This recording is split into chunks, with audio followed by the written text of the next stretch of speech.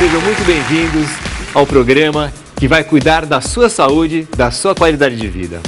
Eu sou o Dr. Filipe Pedrinola e a partir de hoje, no programa E aí, Doutor, nós temos um encontro marcado. Esse encontro é para falar sobre a sua saúde, sobre o seu bem-estar. Você sabia que existe uma epidemia mundial, silenciosa, que não poupa ninguém, nem a mim, nem a você? O estresse ele chega de forma sorrateira e vai minando a saúde de todos nós. Só que tem um detalhe, as mulheres são mais susceptíveis. Vocês sabiam disso? Vamos ver o vídeo? O que mais te deixa estressado? Trabalho. A falta de educação. Desemprego. Fila. O celular. Trânsito. Tem gente que estressa até com a equipe de reportagem. Ana.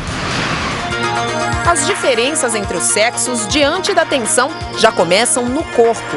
No cérebro dos homens, o nervosismo ativa o córtex pré-frontal. A área é associada à razão. Nas mulheres, a parte do cérebro ativada é o sistema límbico, onde as emoções são processadas de uma forma mais intensa e por mais tempo. Talvez seja essa a explicação para os números divulgados em uma recente pesquisa da PUC de Campinas, em São Paulo. Entre o total de brasileiros estressados, 65% são mulheres e 35% homens. De acordo com os especialistas, como reagem de forma mais emocional, as consequências do estresse nas mulheres costumam ser de origem psíquica, como transtornos de ansiedade e principalmente depressão. Proporção de mulheres depressivas em relação a homens depressivos geralmente varia de 3 a 5 mulheres para cada homem. Ela fica doente. Exemplos, úlceras, exemplos, distúrbios hormonais dos mais variados, como por exemplo a tireoide. Já os homens que suportam e resistem a admitir os problemas tendem a manifestar o desequilíbrio emocional com doenças físicas. Como o homem procura bloquear os seus sentimentos, evidentemente isto se reverte, aí entra aquele campo da chamada medicina psicossomática. Isto se reverte em danos ao organismo. Então você tem pressão arterial aumentada, quer dizer, então aquela história da pressão alta. Você tem maior taxa de açúcar no sangue, portanto uma maior facilidade para desenvolver diabetes, né? Você tem uma maior facilidade também para formar placas, a gente chama de ateroma, ou seja, de gorduras, né, nas artérias coronárias, que são aquelas artérias do coração e que são responsáveis, quando entopem, são responsáveis pelo infarte. Na verdade, o estresse, ele não é, eu costumo dizer que ele não é realidade, é como nós percebemos a realidade. Então, se a pessoa tem estratégias para perceber a realidade de uma forma tranquila, sem problemas. Sabe o que mais me assusta como médico? É que o estresse está entrando nas casas de todo mundo e as pessoas não estão tendo consciência disso. Mas hoje nós temos aqui conosco a doutora Miriam. Quais são as principais causas do estresse? O que no dia a dia, o que faz com que as pessoas fiquem estressadas? Quais seriam as 5 principais? Se a gente pensar em 5 principais, eu diria assim, que em quinto lugar a gente poderia colocar os desastres naturais e as doenças, porque eles estão aí, eles vêm para cima da gente, a gente tem que aprender a lidar. Qual seria então a próxima causa? Olha, em quarto lugar a gente poderia falar da sensação de ameaça constante. Então, desde uma pessoa que se envolve numa situação que realmente sofre ameaças psíquicas, psicológicas, até uma mãe que tem medo de não ser uma boa mãe. Então, no lidar, no dia a dia, ela se sente ameaçada em estar errando. Varia de acordo com a pessoa. Agora, sabe o que eu acho que é o mais difícil? É ter um termômetro. Como é que você vai saber se você está ficando estressado ou não? Uma das formas que a medicina descobriu é que cada sentimento, cada emoção que você tem, você acaba tendo uma resposta no seu físico, no seu corpo, consequente a isso, né, por causa disso. E a pressão arterial, que é aquela que é medida com o aparelhinho, ela sobe. Então a gente convidou aqui a Anitta, vai conversar com a gente. Vem pra cá então, Anitta, vamos ver se seu gráfico como é que tá. Vamos ver seu gráfico então? Você está preparada? É. Não vai ficar estressada. Aqui está a sua pressão arterial. Certo. Aquele aparelhinho que você colocou, ficou medindo essa pressão, que vira e mexe, ele estufava ali no seu braço. Sim. Então aqui a gente pode ver o que aconteceu com a sua pressão sanguínea durante seu dia todo, tá? Então a gente vê que aqui, em um momento do dia, ali acho que por volta do 12:30, né? Sua pressão foi para 14/8. O que será que aconteceu? Você lembra nesse momento que te fez a pressão subir? Acho que esse horário é o horário que eu tô com meu menino pequeno, normalmente, balando ele para dar uma dormidinha e tô trabalhando ao mesmo tempo. Então, ficar fazendo essas duas coisas ao mesmo tempo incomoda, né? Entendi. Aí depois veio aqui, aí 4, 5, lá pelas, um pouco antes das 6, a sua pressão ficou, além de estar 15, que é a máxima alta, ela subiu a mínima de 6 para 8. Esse foi o pior momento do seu dia. Você lembra o que aconteceu aí? Porque nesse horário eu vou ao mercado, né? E aí eu vou ao mercado com quem? Com as crianças de novo. E aí eles tiram tudo da prateleira, né? Porque querem comer tudo e eu tenho que devolver para a prateleira e eu tenho que contar para ver se dá no orçamento também, então é difícil. É duro, né? É muito difícil. É isso aí. Bom, então a gente falou aqui de todas as causas, os problemas, o estresse e tudo mais. A gente só falou de coisa ruim, né, Anitta? As soluções, vamos falar um pouquinho disso. A primeira dica é dormir bem. Você precisa dormir bem. A segunda dica é rir. Vocês têm que dar risada da vida. Na verdade, alegria é fundamental. Que parece uma coisa sem importância, mas é tudo de bom. Divirta-se. Isso é uma dica fundamental para você diminuir o estresse. Uma terceira dica importante é você evitar os excessos, né? Principalmente o quê? O álcool, o consumo de alguma droga, o cigarro. Mas do que adianta você dormir bem, dar risada, evitar os excessos, se você não se alimentar bem, né? A alimentação é fundamental, mas a gente tem que aprender o quê? Aí vai uma última dica muito importante. Você tem que aprender a respirar. Agora, quero apresentar para vocês o Fábio. A gente vai falar um pouquinho sobre yoga. Eu queria que você ensinasse para nós uma prática fácil e rápida do yoga para as pessoas poderem fazer em casa também. Então vamos trazer as mãos, vamos lá para cima respirando. Lá para trás soltando o ar.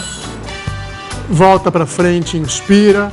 Lá embaixo, expira. Mais uma vez, como nós estamos com roupas que não são apropriadas, nós vamos ficar um pouquinho limitados. Leva para trás a perna esquerda.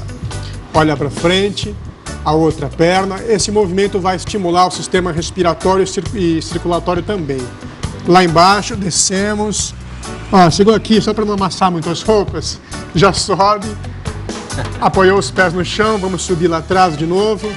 Como é que chama essa posição, Fábio? Isso é uma sequência que se chama de saudação ao sol. Saudação ao sol. Lá na frente, a perna esquerda. Traga a outra perna. Vai lá em cima. Subiu. Lá atrás também. E traz na frente. Fizemos mais ou menos. Foi bem, muito bem. Parabéns, doutor. Obrigado. Bom, então vocês viram como são dicas fáceis, você pode fazer no dia a dia. Não é tão difícil você ter um estilo de vida melhor e fazer boas escolhas. No próximo bloco, a gente vai falar sobre um assunto que é um assunto delicado e que causa paranoia em muita gente. Você vai aprender a identificar se você está sendo traído.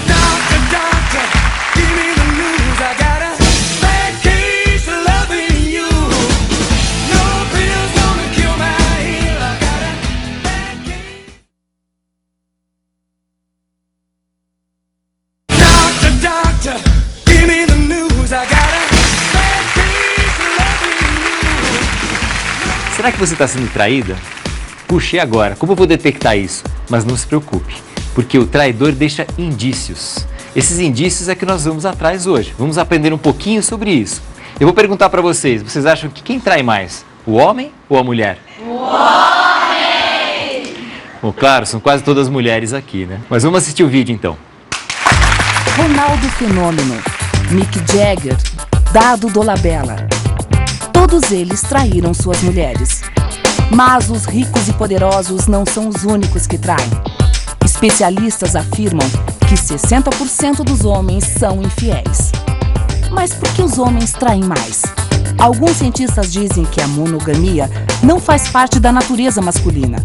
Por milhares de anos, a biologia fez os homens acreditar que deveriam ter o maior número possível de filhos para a perpetuação de seus genes e, por isso, buscavam o maior número de parceiras. O poder, a oportunidade e o dinheiro aumentam a liberação da testosterona no corpo e também a inclinação natural para a promiscuidade. O instinto de traição está no código do seu DNA. Um estudo na Suécia descobriu que 40% dos homens têm uma ou duas cópias de um gene específico que pode aumentar em 2 vezes a chance de um casamento problemático. Mas recentemente criou-se a dúvida se a traição teria mais causas psicológicas do que biológicas. Uma pesquisa mostrou que o homem que trai está mais interessado na conquista sexual e 90% deles dizem que não estão sendo bem tratados em casa. Quais são os riscos de você estar sendo traída? Quais são os sinais que você deve observar? Como dizer que seu casamento está em perigo? Realmente não é fácil conviver com o fantasma da desconfiança. Mas nós temos aqui a doutora Olga. Prazer, doutora Olga. Obrigado por estar aqui. Agora uma pergunta. Por que a maioria dos casais que passam pela traição não se separam? Aí é que está, porque na maior parte das vezes a traição vem apenas para mostrar para aquele que está traindo que a pessoa com quem ele convive é a pessoa certa para ele. Olha, Olga, sabe que nós temos um casal aqui na plateia? É mesmo? Que passaram por isso. Obrigado por vocês estarem aqui hoje.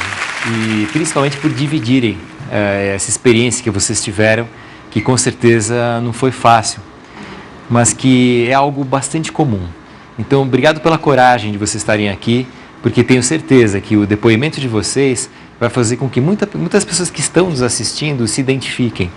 Porque, na realidade, eu vou fazer algumas perguntas para vocês, mas isso tem muito a ver com a capacidade de perdoar, não é? Com certeza. E como é que foi isso? Por que você desconfiou? O que te levou a acreditar? Teve algum indício? A gente estava morando junto já, aí durante as noites, durante o dia, ela praticamente não conversava. Aí eu procurava conversar, buscava sentar junto para falar com ela e ela sempre dava uma fugida, mudava. Fernanda, aí o que acontece? O que aconteceu depois? O Paulo acabou te traindo também? Foi isso? Isso mesmo. Ele acabou me traindo também. Mas eu acabei perdoando, né? Porque o primeiro erro partiu de mim. Se bem que a procura houve por falha dele na época, né, doutor? Ele saía com os amigos, futebol, cerveja, me deixava sozinha em casa, combinava de sair, aí aparecia, já tinha tomado algumas e falava que estava cansado, então acabou acontecendo a traição. Então, quer dizer, o diálogo é fundamental. Sim. E perdoar é fundamental, porque isso pode acontecer com qualquer casal, não é? É verdade. Doutora Olga, eu gostaria de te perguntar, escutando um pouco a história do Paulo e da Fernanda, o que você poderia dizer para nós? Isso é uma coisa comum no dia a dia? É comum acontecer justamente como eu havia dito, as pessoas, por conta da rotina do dia a dia, elas passam a não dar muita atenção umas para as outras. Então, como você colocou agora no final, o diálogo ele é fundamental para prevenir o casal de uma possível traição. Para poder perdoar, tem que realmente detectar a traição. Exato. E existem vários indícios Sim. de que a pessoa acaba deixando passar que Sim. possa estar traindo. Uhum. Né? Então, eu vou mostrar alguns indícios aqui e gostaria que você comentasse. Ok. Então, vamos mostrar o primeiro indício. Súbito e excessivo cuidado com aparência. Quer dizer, o homem começa a se cuidar mais, ou a mulher começa a se cuidar mais, se enfeitar, querer emagrecer, fazer ginástica, comprar roupa nova, cueca nova, esse tipo de coisa. Exato, a pessoa quer ficar linda e maravilhosa, então ela corta o cabelo, muda a roupa, o estilo de roupa, ela muda tudo, até a cueca inclusive, né? A roupa íntima da mulher fica mais bonita, inclusive. Então esse é um dos indícios de que a pessoa possa estar traindo. Vamos ver o segundo indício? Ausência em compromissos familiares, quer dizer, aquela pessoa que de toda forma evita estar ali junto com a família, no aniversário, da sogra, da tia, escapa de alguma forma. Por que esse comportamento? Na verdade, na hora que a família está reunida, é mais fácil você controlar. Então, se você está traindo, quando você sai com o seu amante, com a sua amante, se toda a família está num lugar só, é mais fácil você ir para o outro lado da cidade, porque lá você sabe que não vai encontrar ninguém. E aí, pessoal, vocês acham que até agora esses indícios são verdadeiros? Vamos para o próximo, a falta de interesse sexual. Bom, aí realmente a coisa fica difícil, né?